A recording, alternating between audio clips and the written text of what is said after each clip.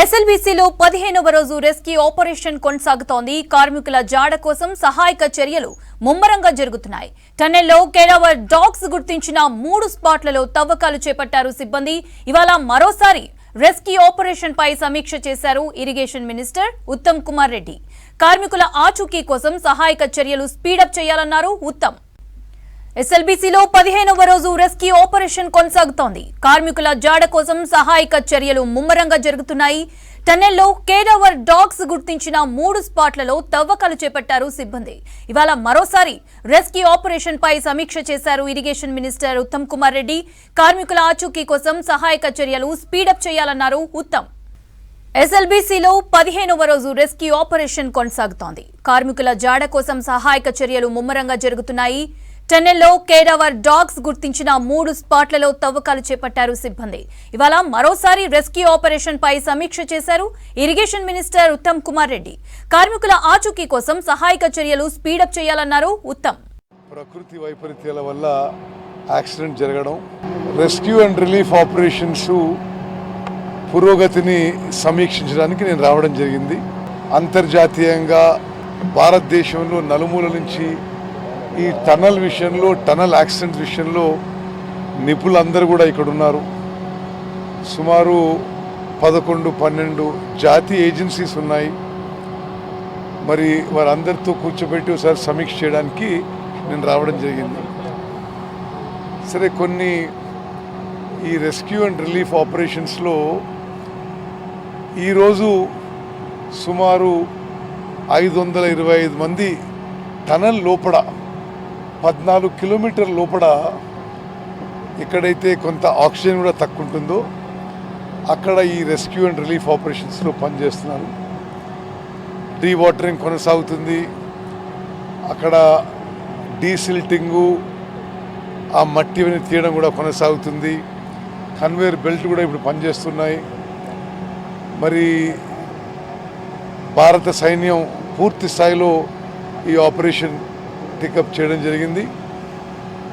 ఇంకో 2-3 రోజుల్లో నేను మరోసారి వచ్చినాక మరి ఈ ప్రోగ్రెస్ గురించి మేమేం ఎక్స్పెక్ట్ చేస్తున్నాం గురించి నేను మళ్ళీ 11th వస్తాను.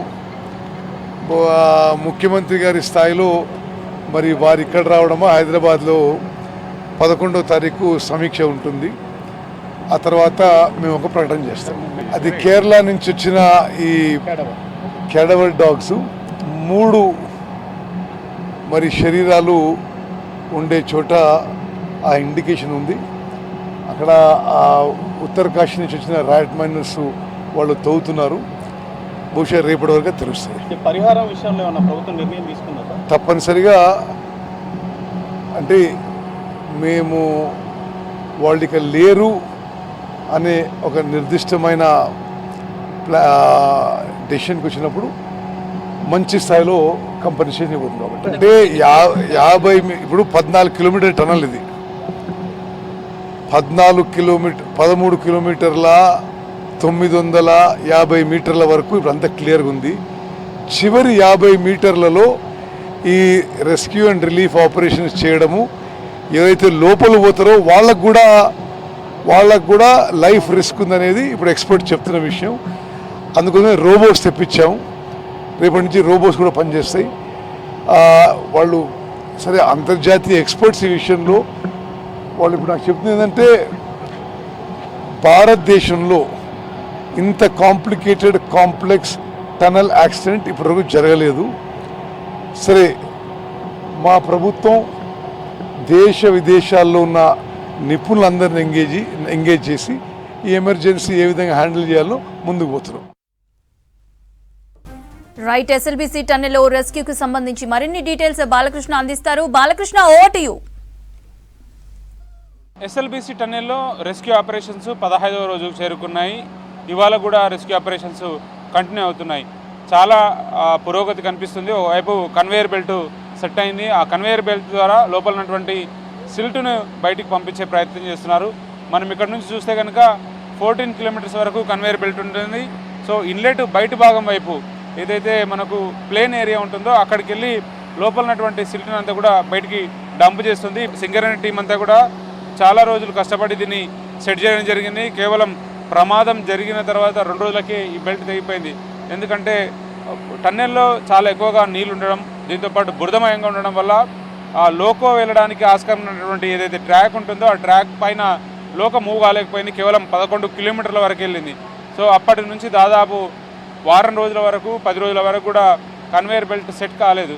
సో మొత్తానికి ట్రయల్ డ్రమ్ సెట్ చేయడము, దాంతోపాటు కన్వేయర్ బెల్ట్ స్టార్ట్ కావడంతో ఒక్కసారిగా మూమెంట్ స్టార్ట్ అవుతుంది. దీనివల్ల లోపల ఉన్నటువంటి సిల్ట్ ఏదైతే బురద మట్టి ఏదైతే ఉందో దాన్ని తీయడానికి బయటికి పంపించడానికి ఆస్కారం ఏర్పడుతుంది. ఒక్కసారిగా అది స్టార్ట్ అయిందంటే మాత్రం ఇక లోపల కొంత క్లియర్ ప్లేస్ ఏర్పడి సహాయ చర్యలకు చాలా ఈజీగా ఉంటుంది. మనము ఎగ్జాక్ట్గా ఈ లొకేషన్ నుంచి 14 కిలోమీటర్ దగ్గర టీపీఎం స్ట్రక్ అయింది. టీపీఎం ఫ్రంట్ పార్ట్ క్యాబిన్ భాగం అంతా కూడా టన్నెల్లో కూరుకుపోయింది. పైనుంచి మట్టి శకలాలు అట్లాగే ఏదైతే రూఫ్ ఉందో రూఫ్లో స్ట్రక్ అయిపోయింది. ఆ ఏరియాలో 4 ఉన్నట్టుగా భావిస్తున్నారు. అందులో 2 ఇంజనీర్స్, ఫీల్డ్ ఇంజనీర్ అట్లాగే ప్రాజెక్ట్ ఇంజనీర్ మనోజ్ కుమార్, శ్రీనివాస్ ఇద్దరు, వారితో పాటు ఆపరేటర్సు సన్నీ సింగ్ అట్లాగే గుర్ప్రీత్ సింగ్ 2 ఆపరేటర్సు అందులో చిక్కున్నారని భావిస్తున్నారు.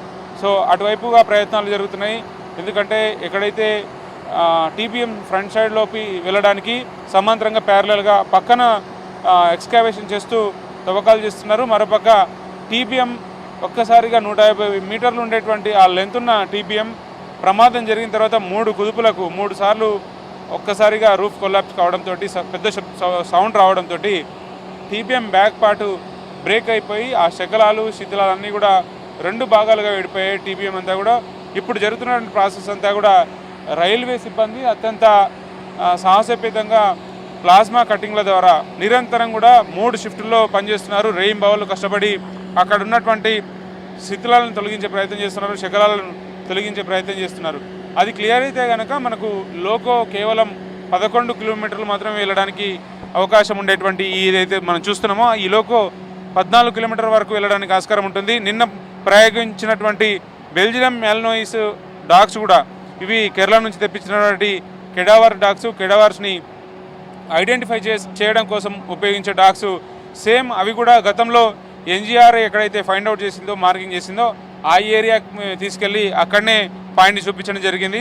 సో గతంలో ఎక్స్కావేషన్ జరిగిన సందర్భంలో కేవలం ఐరన్ పార్టికల్స్ మాత్రమే లభ్యమయ్యాయి. మళ్ళీ సుమారు ఆ చుట్టుముట్టు ఏరియాలను మళ్ళీ తవ్వకాలు జరపడానికి అధికారులు ప్లాన్ చేశారు. లోపల ఉన్నటువంటి ఒక విపత్కరమైన పరిస్థితులు, ప్రత్యేకించి ఆక్సిజన్ లెవెల్ తక్కువగా ఉండడం, వెంటిలేషన్ కూడా చాలా తక్కువగా ఉండడం, దీనివల్ల అటు డాగ్స్ కూడా చాలా ఇబ్బందికరంగా మారింది. డాగ్స్ కొద్దిసేపటి వరకే టన్నెల్ లోపల ఉండాల్సిన పరిస్థితి వచ్చింది. సో ఏదేమైనప్పటికీ కూడా ఇన్ఫర్మేషన్ అనేది గ్యాదర్ చేస్తూ టాలీ చేసుకుంటూ అన్ని రెస్క్యూ బృందాలు, army, NDRF, SDRF, fire department, సింగరేణికి సంబంధించిన టీం, ఎస్పీడీసీఎల్, అట్లాగే ఇక రోబోటిక్స్ సంబంధించి యాన్వీ రోబోటిక్స్ కూడా లోపలికి వెళ్ళి లోపల ఏ ఏరియాలో క్రుషియల్ రోల్ ఉంది ఆ ఏరియాలో ఎక్స్కావేషన్ సంబంధించి కానీ 8 మంది లోపల చిక్కుకున్నటువంటి ఏరియాలో మిగతా హ్యూమన్ లాసెస్ జరగకుండా రోబోటిక్స్ ద్వారా ప్రయోగాత్మకంగా ఇక్కడ రెస్క్యూ ఆపరేషన్ నిర్వహించాలనే ప్రభుత్వం ప్రతిపాదన ఉంది. సో వాటిని కూడా ఇంప్లిమెంట్ చేయడం కోసం యాన్వీ రోబోటిక్స్ హైదరాబాద్ సంబంధించినటువంటి ఈ సంస్థ ఇది దాదాపు 2-3 రోజులుగా వాళ్ళంతా కూడా ఫీల్డ్ని విజిట్ చేస్తున్నారు. పరిస్థితులను సమీక్షించుకుంటూ ఎట్లా మూవ్మెంట్ చేయాలి, ఫర్దర్గా ఎట్లాంటి రెస్క్యూ ఆపరేషన్స్ నిర్వహించాలనేది ఒక ప్లానింగ్ చేస్తున్నారు. లోపలికి రోబోటిక్స్ పంపించిన తర్వాత బయట నుంచి మనం ఇప్పుడైతే లొకేషన్లో ఉన్నామో ఈ లోకో ఏరియా, ఫీల్డ్ ఆఫీస్ ఉన్నటువంటి ఏరియా, ఇక్కడ నుంచే అది రోబోటిక్స్ని ఆపరేట్ చేయడానికి పూర్తి స్థాయిలో ఏర్పాట్లు జరుగుతున్నాయి. ఇక డోగ్రాకు సంబంధించినటువంటి స్పెషల్ ఆఫీసర్ కల్నల్ ప్రీతి మేరాతో పాటు ముఖ్యమైన అధికారులంతా కూడా ఇక్కడ ఘటనా స్థలంలో పూర్తి స్థాయిలో రెస్క్యూ ఆపరేషన్ సంబంధించినటువంటి మానిటరింగ్ చేస్తున్నారు. డిజాస్టర్ మేనేజ్మెంట్ సంబంధించిన స్పెషల్ సిఎస్ కూడా అరవింద్ కుమార్ ఇక్కడనే ఉన్నారు. సో కొద్దిసేపటి క్రితమే ఇరిగేషన్ మంత్రి ఉత్తమ్ కుమార్ రెడ్డి కూడా ఘటనా స్థలాన్ని చేరుకొని లేటెస్ట్గా జరుగుతున్నటువంటి ఏవైతే రెస్క్యూ ఆపరేషన్స్ ఉన్నాయో వాటి మీద కూడా సమీక్ష నిర్వహిస్తున్నారు. ఓవరాల్గా చూస్తే మాత్రం ఇప్పటికీ 15 రోజులు గడిచింది. ఇంకా కుటుంబ సభ్యుల నుంచి ఆందోళన కనిపిస్తుంది. ఇంకా ఇన్ఫర్మేషన్ కోసం చాలా ప్రయత్నాలు అయితే జరుగుతున్నాయి. అయినప్పటికీ కూడా రిజల్ట్స్ అయితే చాలా నెగిటివ్ రిజల్ట్స్ కనిపిస్తున్నాయి. పాజిటివ్ రిజల్ట్స్ ఇంతవరకు రాలేదు. కొంతవరకు కన్వేయర్ బెల్ట్ సెట్ కావడం వల్ల డీసిల్టింగ్ అనేది జరుగుతుంది. నీటి ఊట కూడా క్రమక్రమంగా పెరుగుతుంది. గతంలో అయితే నిమిషానికి 5,000 లీటర్లు పెరిగేది ఇది రెట్టింపైందని చెప్తున్నారు. ఎందుకంటే పైన ఉన్నటువంటి వాటర్ రిసోర్సెస్, అటు వాటర్ ఫాల్స్ కానీ నీటి వాగులకు సంబంధించినటువంటి అవి క్రాష్ కావడం వల్ల వస్తున్నటువంటి నీటి కూడా క్రమక్రమంగా పెరుగుతుందని చెప్తున్నారు. సో ఆ డీవాటరింగ్ చేస్తూ ఎక్స్కావేషన్ పనులు కూడా జరుగుతున్నాయి. ముఖ్యంగా టీబీఎం బ్రేక్ అయిన ఏరియాలో నుంచి ఫ్రంట్ ఏరియా ఏదైతే టీబీఎం స్ట్రక్ అయిందో ఆ ఏరియాలోకి సహాయక చర్యలు చేయాలన్నా, లేకపోతే ఒకవేళ ల్యాండ్ స్లైడింగ్ జరిగే అవకాశం ఏదైనా ఉంటే మాత్రం అక్కడ నుంచి రెస్క్యూ ఆపరేషన్ జరుగుతున్న సందర్భంలో ఎస్కేప్ కావాలంటే మాత్రం మరొక ముప్పుగా మారుతున్నటువంటి ఈ టీబీఎం అవశేషాలు అట్లాగే శకలాలు ఏవైతున్నాయో వాటన్నింటి కూడా సింగరేణికి సంబంధించినటువంటి జీఎం స్థాయి అధికారి వాటిని సపరేట్ చేయడమే ఎగ్జిట్ లాంటి పాయింట్. సో ఇవన్నీ ఉంటే ఒకవేళ మరోపక్క సహాయక చర్యలు జరుగుతుంటే అక్కడ నుంచి ఎస్కేప్ కావడం చాలా కష్టమని భావిస్తున్న తరుణంలో శకలాలను టీబీఎం సంబంధించినటువంటి వెనికి భాగాన్ని తొలగించే ప్రయత్నం అయితే ముమ్మరంగా కొనసాగుతుంది. పూర్తి స్థాయిలో నిన్న టీబీఎం సంబంధించినటువంటి ఆక్సిజన్ ఎమర్జెన్సీ ఆక్సిజన్ సిలిండర్లు కానీ అట్లాంటివన్నీ తొలగిస్తూ గ్యాస్ కట్టర్ల ద్వారా తొలగించే ప్రయత్నం అయితే ముమ్మరంగా కొనసాగుతుంది. సింగరేణి టీంలు అట్లాగే ఎన్డీఆర్ఎఫ్, ఆర్మీ అన్ని రకాల విభాగాలు కూడా చాలా క్రుషియల్ రోల్ అయితే పోషిస్తున్నాయి. ఇంకా 15 రోజులు ఇంకా రెస్క్యూ ఆపరేషన్స్ అయితే కొనసాగుతున్నాయి. Over to studio.